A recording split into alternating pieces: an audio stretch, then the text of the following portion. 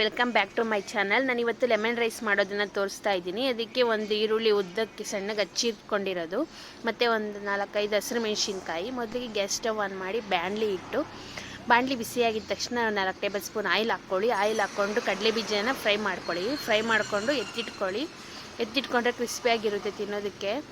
ಮತ್ತು ಎಣ್ಣೆ ಹಾಗೂ ಕಾಯ್ದಿರುತ್ತೆ, ಅದಕ್ಕಾಗಿ ಒಗ್ಗರಣೆಗೆ ಹಾಕ್ಕೊತಾ ಇದ್ದೀನಿ. ಸಾಸಿವೆ ಒಂದು 2 ಟೇಬಲ್ ಸ್ಪೂನು, ಸ್ವಲ್ಪ ಜೀರಿಗೆ ಹಾಕೋದ್ರಿಂದ ಬಾಯಿಗೆ ಸಿಕ್ಕಿದಾಗ ಟೇಸ್ಟು ಚೆನ್ನಾಗಿರುತ್ತೆ ತಿನ್ನೋದಕ್ಕೆ. ಆರೋಗ್ಯ ದೃಷ್ಟಿಯಿಂದನೂ ಒಳ್ಳೆಯದು.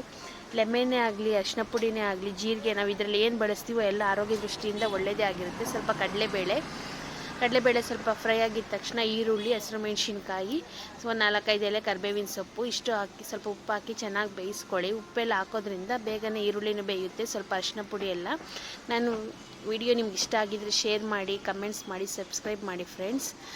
ಚಿತ್ರಾನ್ನ ತಿನ್ನೋದಕ್ಕೆ ತುಂಬಾ ರುಚಿಯಾಗಿ ಟೇಸ್ಟಿಯಾಗಿರುತ್ತೆ. ಲಾಸ್ಟಿಗೆ ನಿಂಬೆಹಣ್ಣು ಮತ್ತು ಕೊತ್ತಂಬರಿ ಸೊಪ್ಪು ಹಾಕಿ ಫುಲ್ ಮಿಕ್ಸ್ ಮಾಡ್ಕೊಳ್ಳಿ, ಚೆನ್ನಾಗಿರುತ್ತೆ. ಎಣ್ಣೆ ಬಿಡೋವರೆಗೂ ಚೆನ್ನಾಗಿ ಫ್ರೈ ಮಾಡ್ಕೊಳ್ಳಿ. ಗೊಜ್ಜು ಟೇಸ್ಟಿಯಾಗಿ ಚೆನ್ನಾಗಿರುತ್ತೆ.